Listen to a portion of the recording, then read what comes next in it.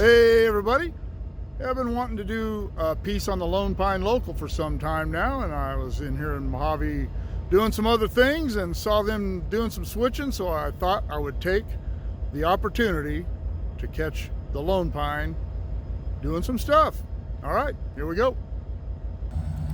All right.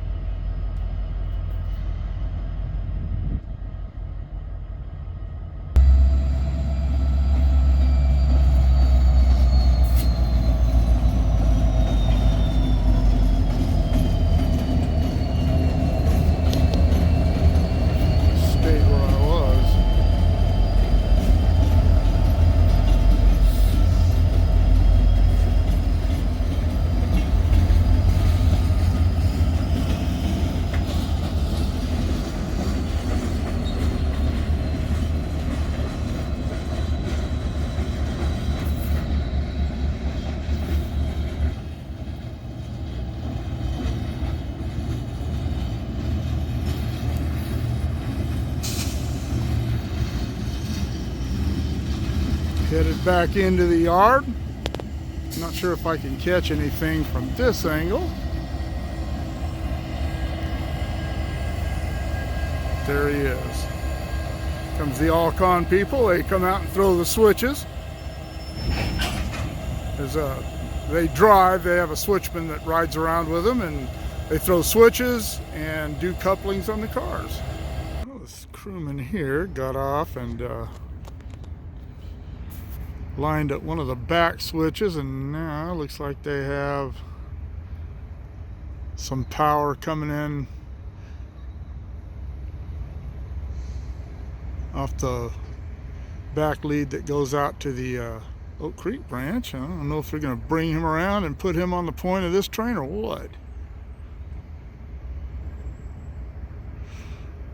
but we'll find out.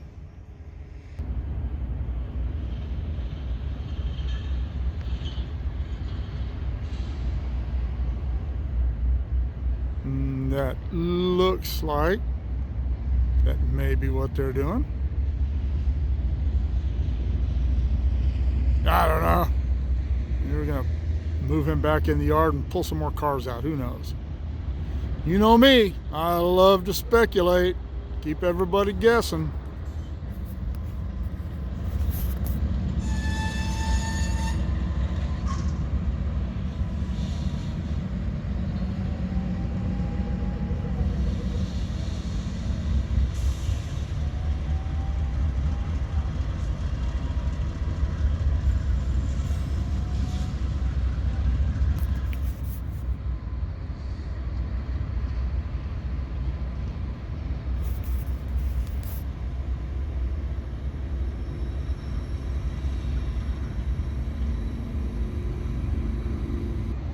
Crewman has got back out of the Alcon vehicle. Just had to go take care of some stuff the other end of this train. It doesn't look like this is a full train for the Lone Pine, especially if they're putting this much power on it. Well, I heard them doing the brake test and saying it was all clear, highball the brake test. And the reason I was able to hear that is because one of my subscribers graciously sent me a handheld scanner. Thank you, Jeff.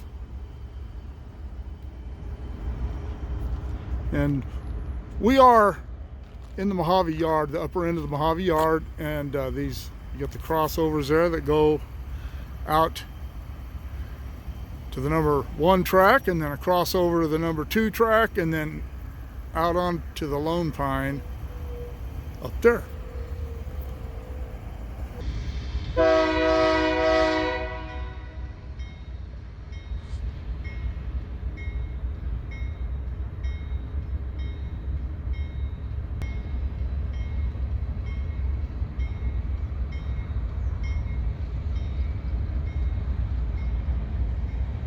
And they are moving backwards, so they're going to back up and do some more work further to the south in the yard. So let's go down there and see if we can't catch it down there. All right, I was sitting back there a little. I saw that signal go red over green, which means they've cleared this guy south out of the Mojave yard.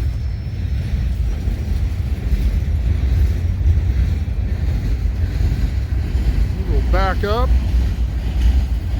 to, and I don't know, we'll see. I don't know if he's going to continue on out, do some work picking up cars out there. I did hear him refer to the train as the Lone Pine, so I don't think that would be the case.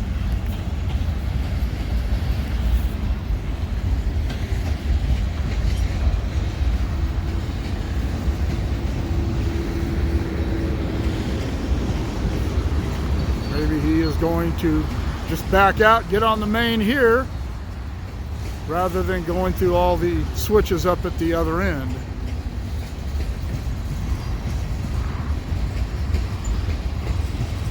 A beautiful, beautiful day. According to AccuWeather, it's only 57 degrees. It says the real feel is 65. I would say the real feel is about 70. It is warm. It feels really good. Sorry for all you folks that are digging yourselves out of snow here and there and ice. But I have one word for that: California. Of course, in some parts of California they are digging themselves out of snow, but nowhere near here.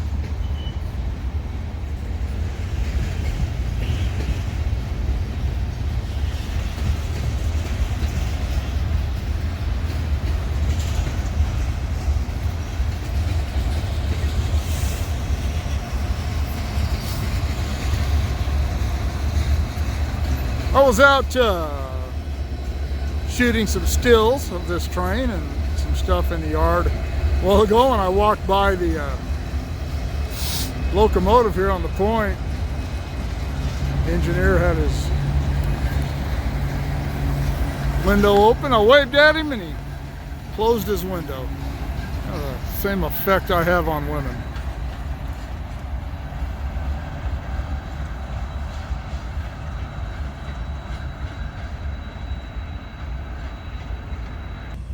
Up at the north end of the yard again.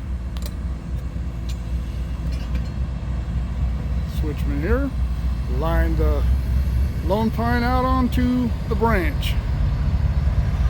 And I did do a piece on the lower end of the Lone Pine branch. It's still in use. I'll link that in the description below.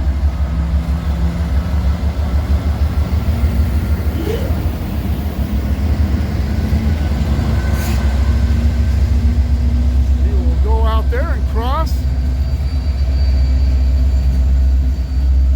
Highway 58 business. This used to be the main Highway 58 through Mojave.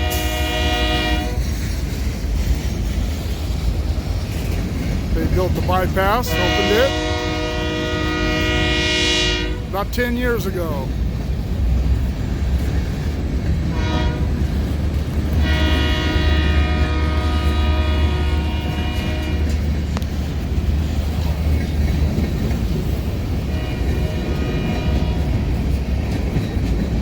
The way the sun is hitting my screen, I can see absolutely nothing.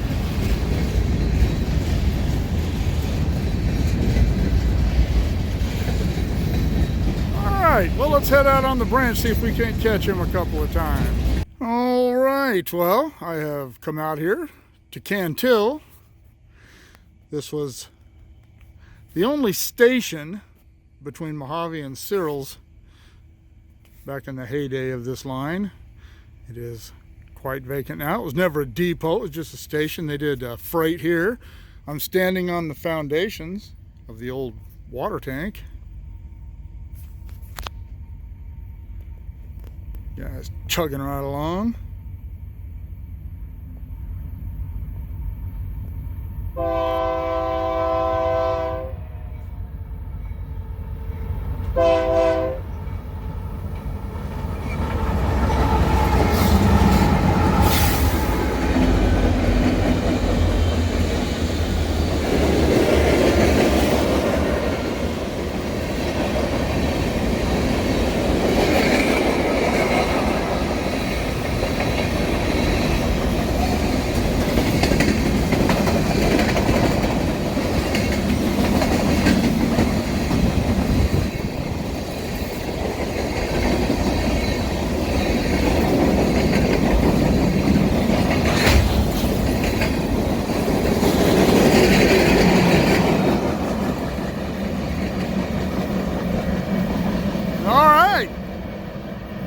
Eastbound Lone Pine.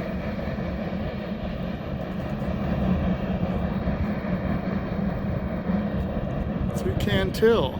All right, let's cruise on out and see if we catch him somewhere else. Well, we are out at Garlock now, a few miles down the road from Cantil. You can see that mountain way out there. That is Soledad Mountain. That is right at Mojave, where we started this whole adventure. Garlock was an old mining town. I get a little more involved in the explanation of Garlock in the video that I did about the Lone Pine Branch. But it was an old, I shouldn't say it was a mining town. The mines were all out there in the El Paso Mountains. Randsburg and Johannesburg are up that way. And a guy named Garlock built a stamp mill here, and they would bring their ore down from the mines and have it crushed here, and then eventually they put the stamp mills up at Johannesburg and Randsburg, and Garlock, which was originally known as Cow Wells, dried up and went away. These, I believe these, I'd have to go back and look at my video, I don't remember. I believe these were cyanide vats that they used in processing ore back in the day. There's an old loading ramp there. Another tank over there for something. All this earthwork. It's really a really cool looking place. If you like to go out and just explore and check out stuff in the desert and out in the middle of nowhere, this is a great place. All right.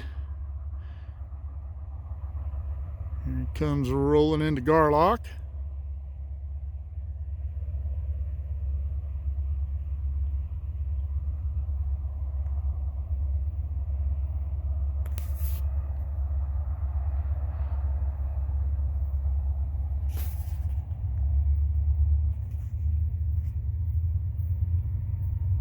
It's a pretty steep climb from Cantil to here, and then it starts going back down towards Searles.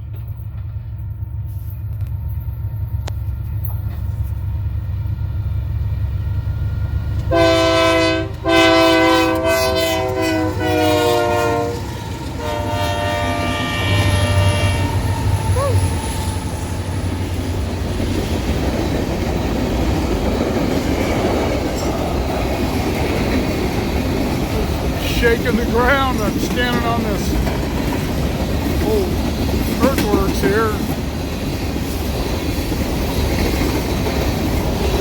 I suppose if it hasn't collapsed in 100 years, it isn't going to do it now.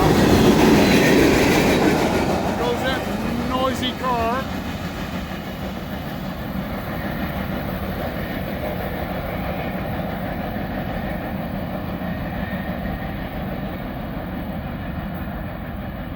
All right, let's move on down the line. right, he is going through the crossing at Highway 395. Just below, here's Randsburg and Johannesburg are up the road that way. Ridgecrest is that way.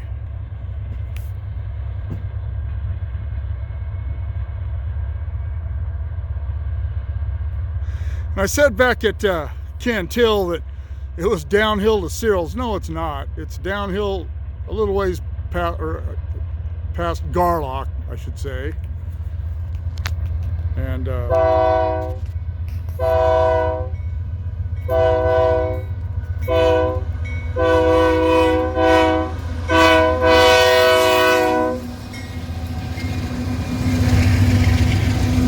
it's an uphill climb pretty much the rest of the way to Searles from there.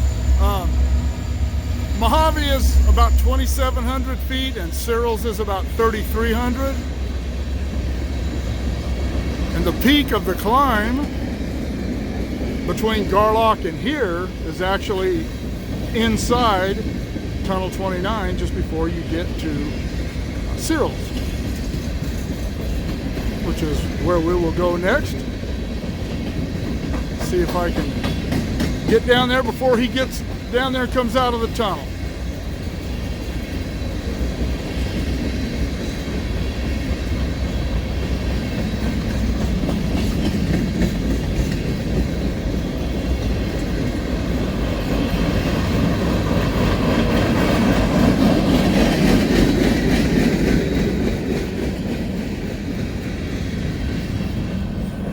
Okay, well, you can see the top of the tunnel there. You can see how steep it is coming up out of there. And that is Tunnel 29. It's Searles. It used to come out further after the '82 fire. This end of the tunnel, I don't remember how much of it was daylighted. This tunnel used to be protected by block signals at each end of it. But now that they only run one train a day out here, that is no longer necessary. You can see the 20-mile-an-hour permanent speed restriction sign there. Those cars over there are parked on the old shoe fly, where the old shoe fly tied in. During the original construction, there's the Searles yard. During the original construction of the tunnel, and then while they were repairing it after the fire, they built a shoe fly over the top of the hill there. Drop down the other side. One of these days, my arm will heal. And the doctor will tell me that it's okay to ride my dirt bike, my dual sport that I bought in September while my arm was injured. And I'm going to come out here and do a piece on the fire itself. And we'll explore the shoe fly in this area on my dirt bike from a GoPro. I can't remember exactly how long this tunnel is right off the top of my head, but it seems like it's either 4,230 feet or 4,320 feet. But it is a long tunnel. Seems to be a lot of things I can't remember or don't know.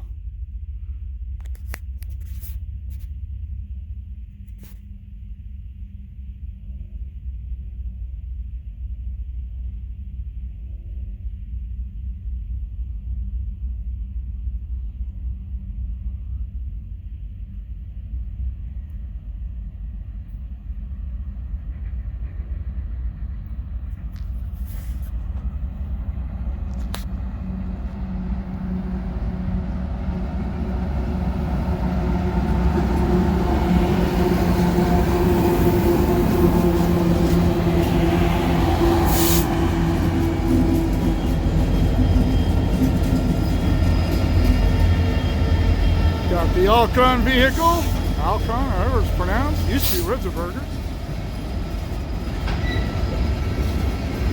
Parked out there. For switching duties, and I imagine the crews, I guess they'll come out here and park, and they'll take them back into town. I'm not sure. Again, you know how I love to speculate. See, still snow. It's a the Sierras up there.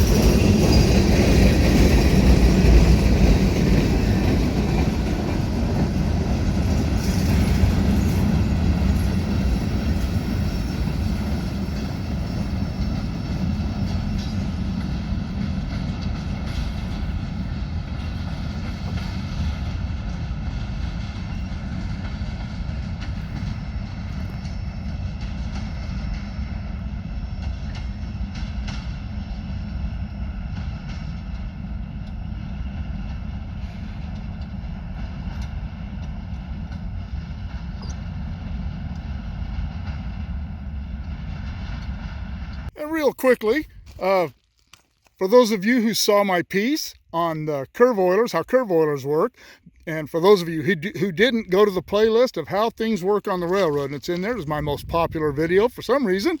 And that particular oiler that I was featuring that day is one of the newer type with the solar and microprocessor control, sensors and all that.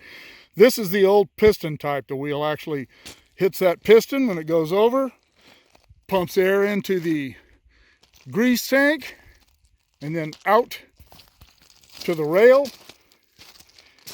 And you can see, if you saw that other video, you can really see how much messier this style is than the other one.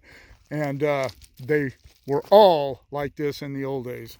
Big messes, ruin your boots in a hurry. All right, you can see way off out there, they use that for storage. That is out toward the next station, or the next siding that used to be here, called Rademacher. I'm not sure how it was pronounced. It was gone before I got to work up here. But that's where the end of track is, out just this side of where Highway 395 crosses here. Sorry about that. But they'll go out there, hook on, looks like they're going to hook onto some cars and pull them back up here. See the Trona out there. And this is where the Trona Railroad interchanges with Union Pacific. Searles Road crossing right there. The depot used to sit right over there. Not exactly sure where. There's no foundations or anything left of it. All I've ever seen is photographs of it. And I'll put one of those in here for you.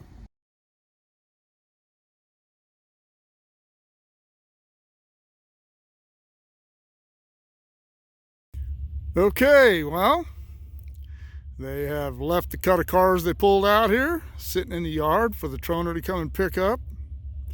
They have gone back out towards the end of track, picked up the loaded cars. I'm assuming they're loaded from the Trona, that the Trona has spotted out there for them. And they're going home. They are headed back west. Got me a nice little perch up here.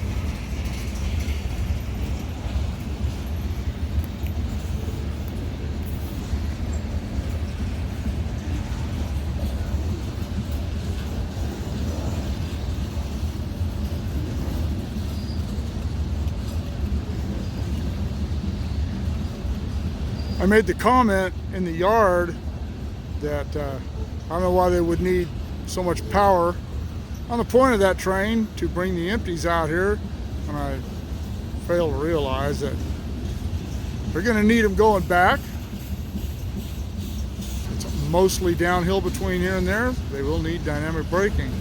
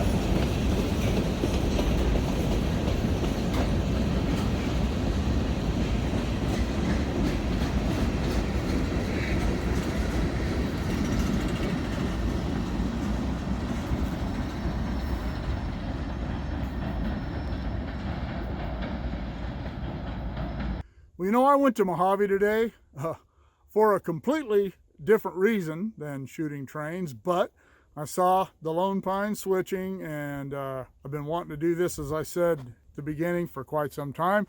So I took advantage of it and got me another shoot from the hip target of opportunity, watching the Lone Pine local work in the yard a little bit at Mojave, a little bit at Searles, and a few places in between. I hope you enjoyed that. Keep shooting the ideas at me. Drop in the comments below. Shoot me an email at motorpoet59@gmail.com. Like, share, subscribe. Click on the bell if you want to be notified of future content. We'll see you all later.